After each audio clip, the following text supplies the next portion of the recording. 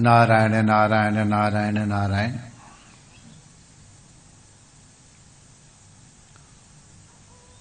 गुरुजन और शास्त्र हम लोगों को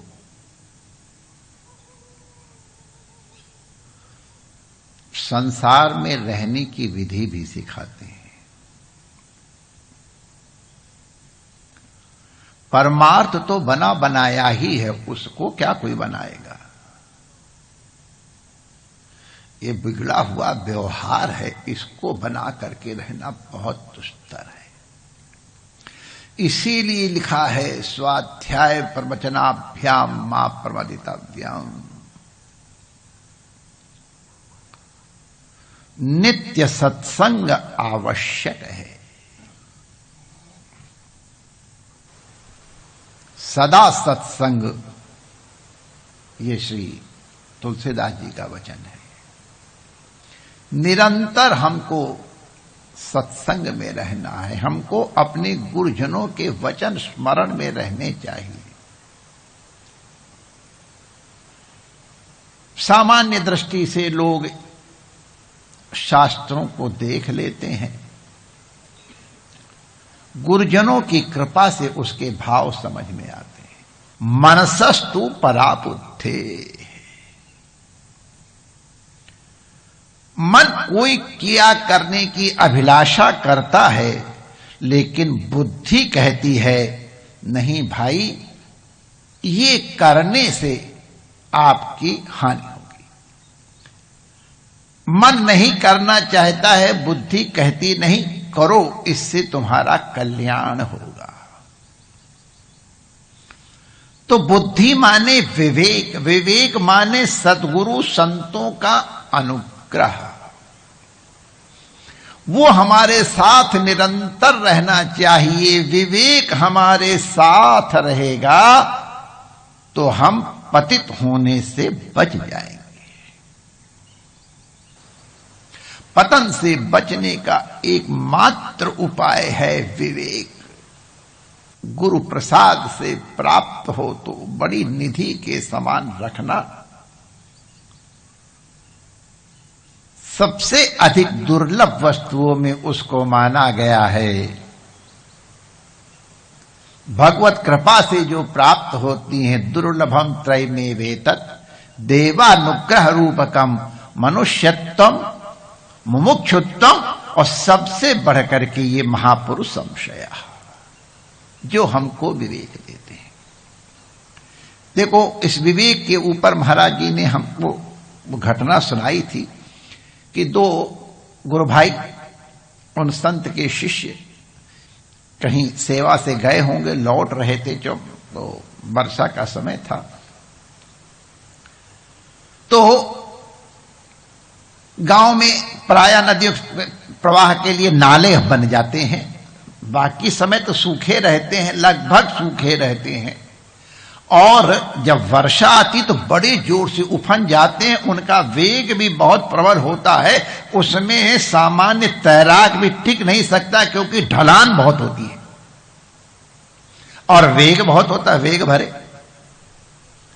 तो वो संत अपनी कोपिन ओपिन ऐसे कस के बांध रहे थे, जैसा कि संतों की आदत होती है, और पार हो जाए।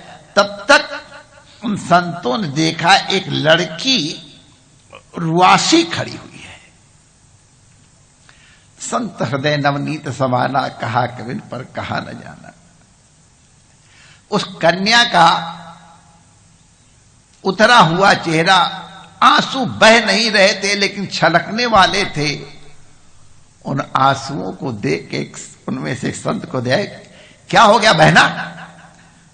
तो रो पड़ी जोर से। मेरे पिताजी बीमार हैं, गंभीर बीमार हैं। डॉक्टर ने हमको कहा तुम रानी दौड़ के चली जाओ, ये दवाई अगर समय पे मिल गई तो इनकी सांसें रुक जाएंगी, अन्यथा बेटा कठिनाई है।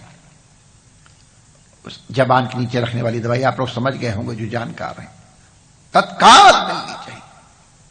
बाबा, मैं जब आई थी तब ये नाला खाली था, अब पानी भर गया है, मैं कैसे जाऊंगी? मेरे कपड़े भीग जाएंगे, दवाई कठिनाई होगी, मैं कैसे जाऊंगी बाबा? और अगर ये दवाई नहीं गई तो मेरे पिताजी के जीवन का संदेह है। कहा बेटा इसमें क्या है, आओ आओ बहना। और वो संत बैठ गया और वो उस बालिका को एक टांग इधर एक टांग कैसे करके पकड़ लिया मजबूती से, कहीं गिरे नहीं पैरों से, बैठी रहना मेरा सिर पकड़ ले, गिरना नहीं। और इस पार से, और नाला होता कितना है, संभल के उस पार जा बहना, भगवान तेरी कृपा, गुरु महाराज कृपा करे कि तेरे बाप को कुछ नहीं होगा। गुरु महाराज ही सामने खड़े हुए हैं उन संत की तरफ दिखा के। वो बहन धन्यवाद करते हुए रोती हुई चली गई, भागती हुई। जो साथ का संत था उसने कहा ये संत तो आज भ्रष्ट हो गया। जवान लड़की को, जिसको लिखा है कि दारूमती मपी, लकड़ी की भी न छुए, और इसको ये अरे छुआ क्या, अपने ऊपर लाद के लिए ये एक टांग इधर एक टांग इधर, न जाने कौन कौन से अंग कहां कहां लग रहे होंगे, गुरु जी को आज बताऊंगा, वैसे डांट पड़वाऊंगा इसको, को पता चल जाएगा। खैर वो पहुंचे, और जैसा कि हमारे संतों की एक रिवाज है, अभ्यास है, हम लोग कहीं भी आएंगे पहले आकर के अपने गुरु जी को दंडवत करते हैं। तो उन दोनों ने, गुरु भाइयों ने दंडवत की। आ बेटा ठीक है, हाँ गुरु महाराज ठीक है।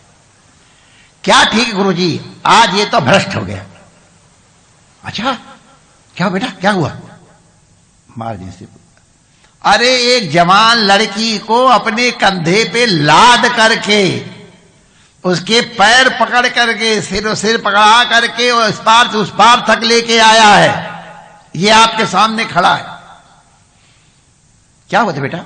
तो संत ने बता दिया कि वो गुरु महाराज, वो एक बालिका खड़ी थी, अपने बच्चे पिता के लिए दवाई ले जा रही थी, नाला भर गया था, दवाई न मिलती तो उनके पिता का प्राण संकट में हो जाता, तो मैंने इसको इस पार से उतार दिया। वाह बड़ा अच्छा किया बेटा, कल्याण किया। उस संत से पूछते हैं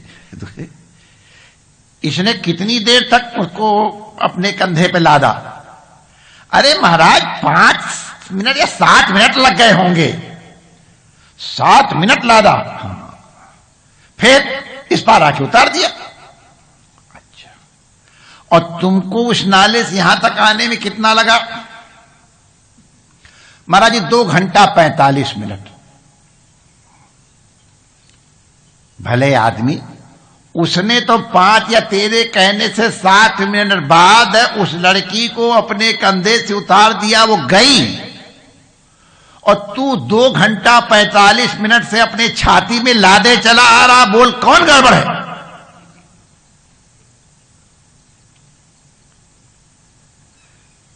उसने स्त्री देखी और उसने एक दुखी बालिका देखी।